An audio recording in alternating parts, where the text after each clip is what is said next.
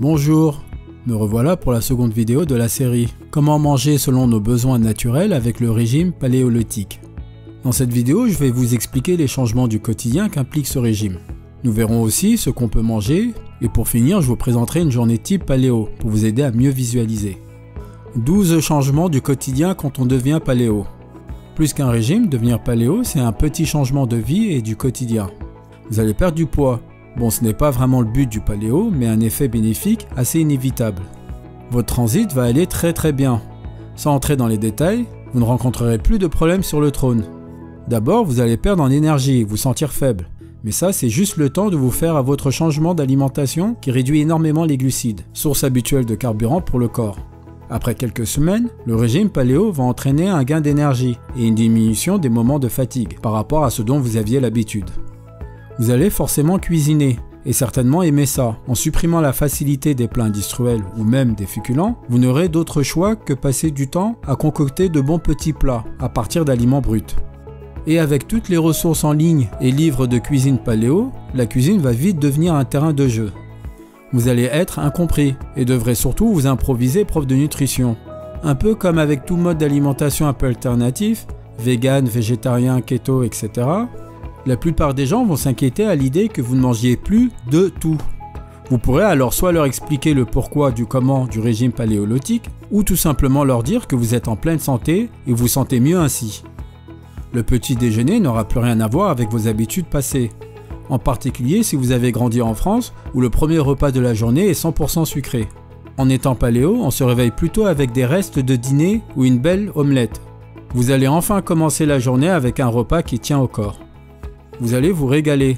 Il n'y a aucune chance qu'un plat surgelé et réchauffé en 10 minutes soit plus savoureux qu'un repas préparé lentement avec des produits frais. Plus vous cuisinerez, plus vos repas seront de vrais délices. En plus, on sait tous que les meilleurs ingrédients de la bonne cuisine, ce sont la patience et l'amour. Vous mangerez beaucoup de gras. L'alimentation paléo est assez riche en graisse, puisqu'elle contient beaucoup de viande. N'ayez pas peur, c'est tout à fait sain d'augmenter ses apports en acides gras, quand on diminue de beaucoup ceux en glucides. Il faut bien que le corps carbure d'une façon ou d'une autre. Une communauté s'ouvre à vous.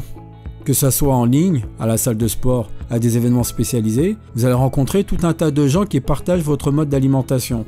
Ça sera l'occasion d'échanger des astuces, bonnes adresses et super recettes. Vous vous sentirez rassasié. Comme vous pourrez manger autant que vous voulez et avec des aliments riches en protéines, la faim ne devrait plus souvent venir vous embêter. Vous allez faire quelques écarts et ce n'est pas un problème.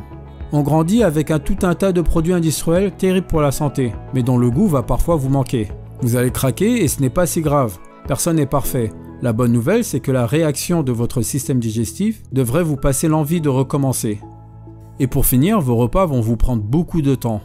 Acheter des produits frais régulièrement, les préparer, les cuire, puis nettoyer tout le bazar qu'on a mis dans la cuisine, c'est clair que le régime paléo n'est pas destiné à ceux qui vivent à 100 à l'heure. Après tout, les hommes et femmes du paléolithique n'avaient pas tellement d'autre chose à faire que s'assurer de remplir les estomacs. Autre avantage du régime paléo, c'est que les aliments autorisés sont assez faciles à identifier. Ils doivent répondre à 2 conditions. Être un aliment qu'on peut techniquement trouver directement dans la nature et qui ne nécessite pas de processus de transformation pour être consommé. Voici donc les aliments pro-paléo. Les viandes, les abats, la volaille, le gibier, poissons et fruits de mer, les œufs, les légumes, les fruits, les légumes racines, les noix et graines, les huiles saines, sel, épices et herbes, et les matières grasses animales. D'une manière générale, afin de se protéger des toxines et pesticides, essayez dans la mesure du possible d'acheter des produits issus d'animaux élevés en plein air, sans antibiotiques et même de manière biologique.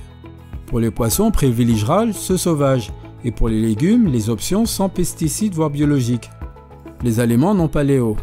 Une fois que vous avez la liste des grandes catégories que je viens de vous donner, retenez simplement que tout le reste n'est pas paléo. En gros, en cas de doute, posez-vous la question. Un homme des cavernes pouvait-il manger ceci?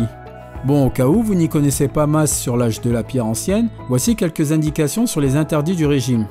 Les céréales, les légumineuses, les produits laitiers et évidemment les produits et boissons industriels.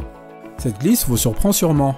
Tant on nous a rabâché les bienfaits de certains aliments comme les légumineuses, mais il y a plusieurs raisons à sa composition.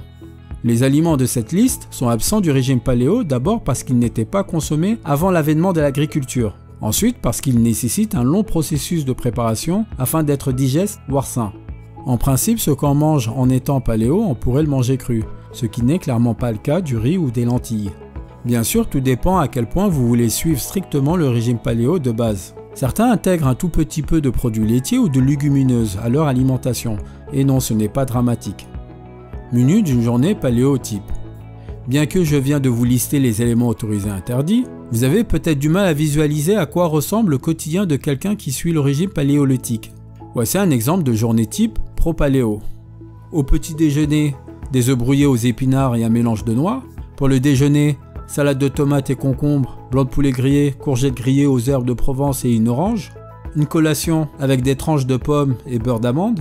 Et pour le dîner, serviche de dorade au citron vert et oignon rouge, salade de céleri, de pamplemousse et d'épinards à huile de noix et des fraises.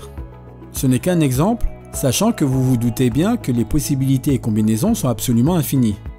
Merci d'avoir regardé la vidéo, on se retrouve très prochainement pour parler de la viabilité de ce régime et de l'activité physique. Vous connaissez le rituel, il faut aimer et si possible commenter la vidéo, mais surtout vous abonner pour permettre à la chaîne de gagner en visibilité.